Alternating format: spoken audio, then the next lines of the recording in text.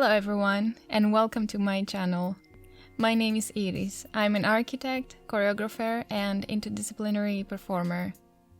And this channel is about my work, practice, and life as an artist.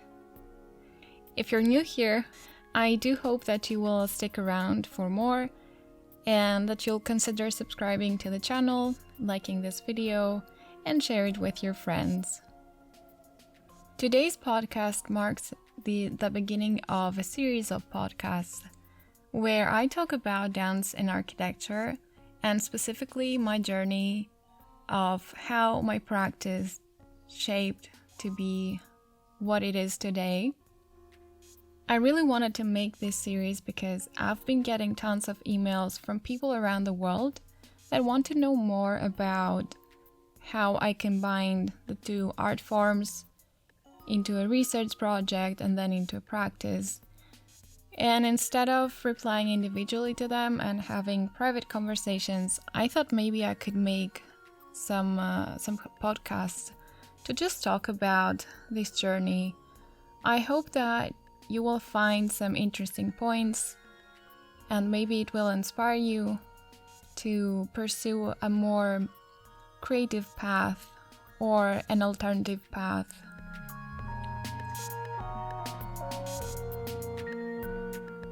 So first things first, let's talk about background for a bit. I'm gonna give you where I was in my dance training and how I pursued architecture in the first place, very briefly. Of course, because this is going to be a bit long, I will make a second part, so do stick around for that as well. And let's go back to when I was about 5 or 6 years old. And this is when I started to train as a dancer.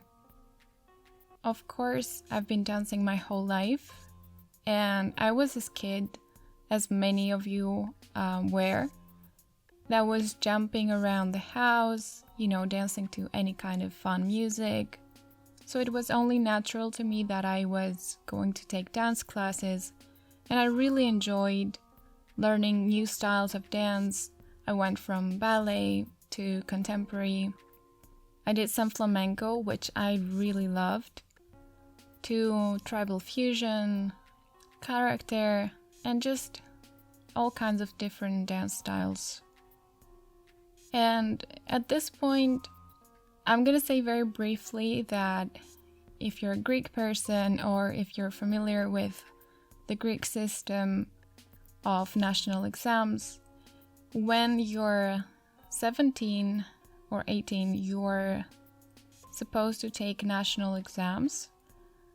And this is how you will choose the university that you will go to, because your grades dictate where you will go, basically. So what happened was, I was trying to find an art form that combines the artistic expression with a university level degree, and architecture was, or it seemed to be, the most suitable place to be. So I took the national exams, and I was able to go to university and study architecture.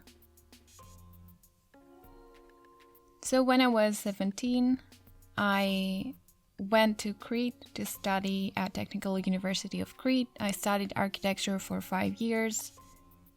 And of course, in the final year, you're supposed to take on a thesis project. And when I was looking at different topics and what interests me so I can pursue it further, I started really thinking about the architecture design process. And I found it really ironic that the architects would sit for 16 hours a day on their laptops to design spaces for the bodies. And it was really the start of my research journey, this moment. I will probably make a separate video podcast on my thesis in architecture, but for now, I will just share with you that it was a methodology and design tool for architects that takes into consideration the body in the design process. By making this thesis project, it really shifted my perspective towards the common threads that architecture and dance or movement share. And it was very apparent to me that there are three pillars that these two art forms sit on. They were the foundation of both, and there's really no difference between how you want to look at it. And these three pillars are the body, space, and time. So then in 2018, I was really honored to be invited to give a TEDx talk on my research. And I gave a talk which is called Dancing with Space, Creating a Somatic Landscape, which really tried to describe the work that I've been doing.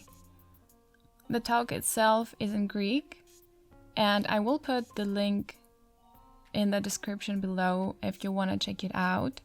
And I will also put the English script, because I've been working with a TED team to place some captions on. So if you want to check out the TEDx talk, it will be down below, and you can always skip to the performance part right at the end. This was a great opportunity for me to share my work with many more people than colleagues and friends and people who have similar interest with me.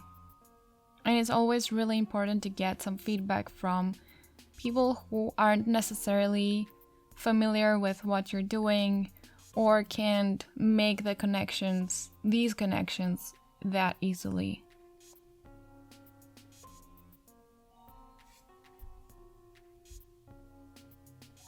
So we are at 2018, and I have finished my degree as an architect in Greece, and I'm thinking of my next steps, so where I would go next.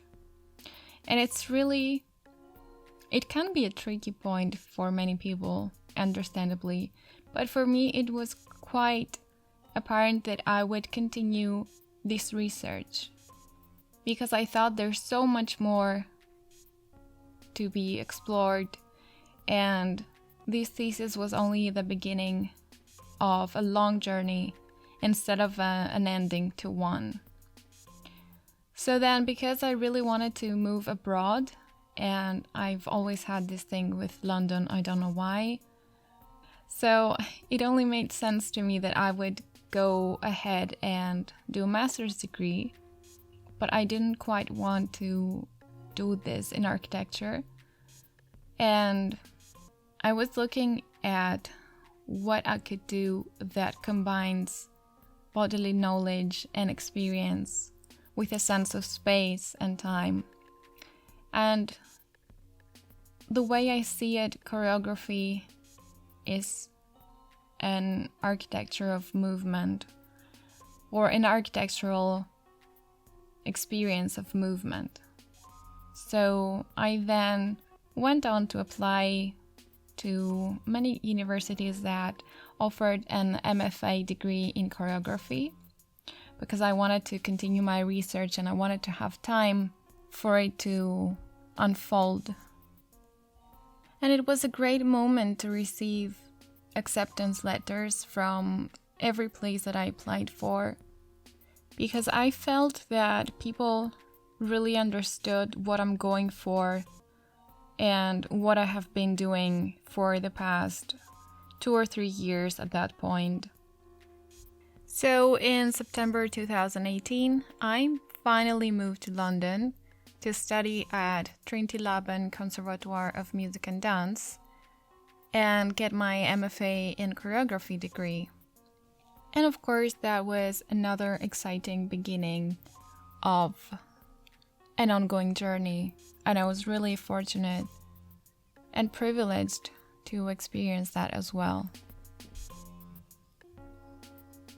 So that was it, everyone. Part 1 of my dance and architecture journey so far.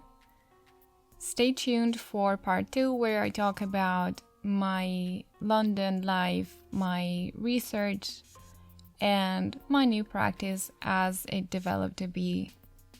If you like this video podcast, please consider giving it a thumbs up, subscribing to the channel if you haven't done so already, and also write in the comments which part of the journey you want to know more about, and that I could make a separate podcast on something that interests you and you want to learn more about. Until next time, take care.